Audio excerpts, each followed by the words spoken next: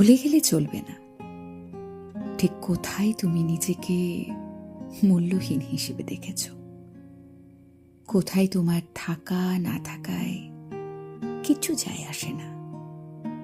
ভুলে গেলে চলবে না, মনে রাখতে হবে।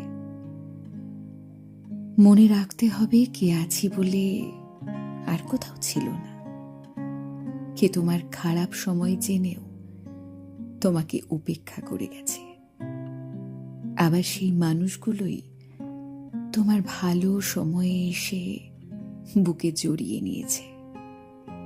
ভুলে গেলে চলবে না, কারণ শুধুমাত্র এটাই নয় যে মনে রাখলে তুমি মজবুত হবে, মানসিকভাবে শক্ত হবে। মনে এই কারণে রাখবে তোমাকে তোমাকে আত্মমর্যাদা সম্পন্ন মানুষ হতে হবে।